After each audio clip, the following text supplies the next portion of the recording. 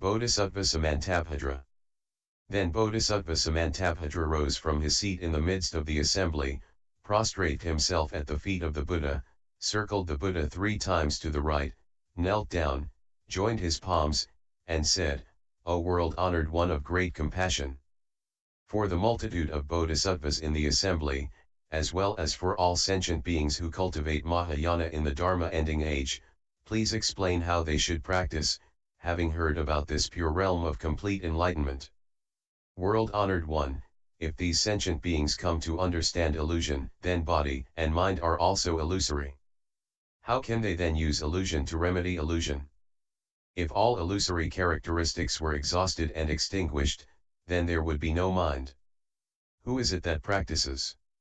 Why, then, do you say that practice is illusory? If sentient beings originally had no need to practice, then they would remain confined to illusory projections amidst birth and death and never discern the state in which all is seen to be like an illusion. How could they be liberated from illusory conceptualization? For the sake of all sentient beings in the Dharma-ending age, please explain the expedient method of gradual cultivation of practice in order that sentient beings may permanently leave the state of illusion." Having said these words, he prostrated himself on the ground. He made the same request 3 times, each time repeating the same procedure. At that time the world-honored one said to Bodhisattva Samantabhadra, "Excellent, excellent. Virtuous man, for the benefit of the multitude of bodhisattvas and sentient beings in the Dharma-ending age, you have asked about the expedient, gradual stages of the bodhisattva's practice of the samadhi in which all is seen to be like an illusion, and which frees sentient beings from illusion. Listen attentively now. I shall explain it to you." Hearing this, Bodhisattva Samantabhadra was filled with joy and listened silently along with the assembly. Virtuous man, all illusory projections of sentient beings arise from the wondrous mind of the Tathagata's complete enlightenment, just like flowers in the sky which come into existence from out of the sky. When the illusory flower vanishes, the nature of the sky is not marred.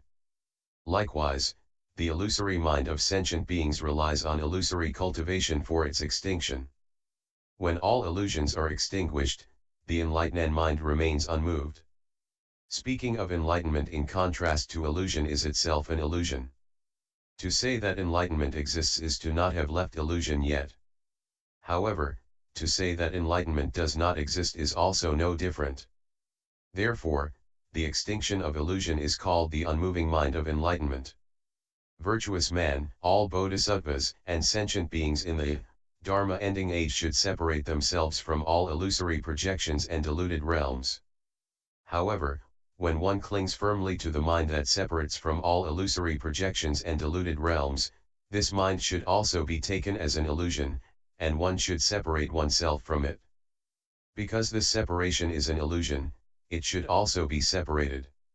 One should then be free from even this separating from the illusion of separation. When there remains nothing to be separate from, all illusions are eliminated. It is like rubbing 2 pieces of wood together to obtain fire. When the fire ignites and the wood completely burns, the ashes fly away and the smoke vanishes. Using illusion to remedy illusion is just like this. Yet even though illusions are exhausted, one does not enter annihilation. Virtuous man, to know illusion is to depart from it, there is no need to contrive expedient means. To depart from illusion is to be enlightened, there are no gradual steps. All bodhisattvas and sentient beings in the Dharma-ending age who practice accordingly will permanently leave illusions behind. At that time, the world-honored one, wishing to clarify his meaning, proclaimed these gathas. Samantabhadra, you should know that the beginningless illusory ignorance of all sentient beings is grounded on the Tathagata's mind of complete enlightenment. Like a flower in empty space, its appearance relies on the sky. When the illusory flower vanishes, the empty space remains in its original unmoving state. Illusion depends on enlightenment for its arising. With the extinction of illusion, enlightenment is wholly perfect. For the enlightened mind is ever unmoving. All bodhisattvas and sentient beings in the Dharma ending age, should forever leave illusions far behind. Until all illusions are extinguished. It is like producing fire with wood. When the wood is burned out, the fire is also extinguished. Enlightenment has no gradual steps.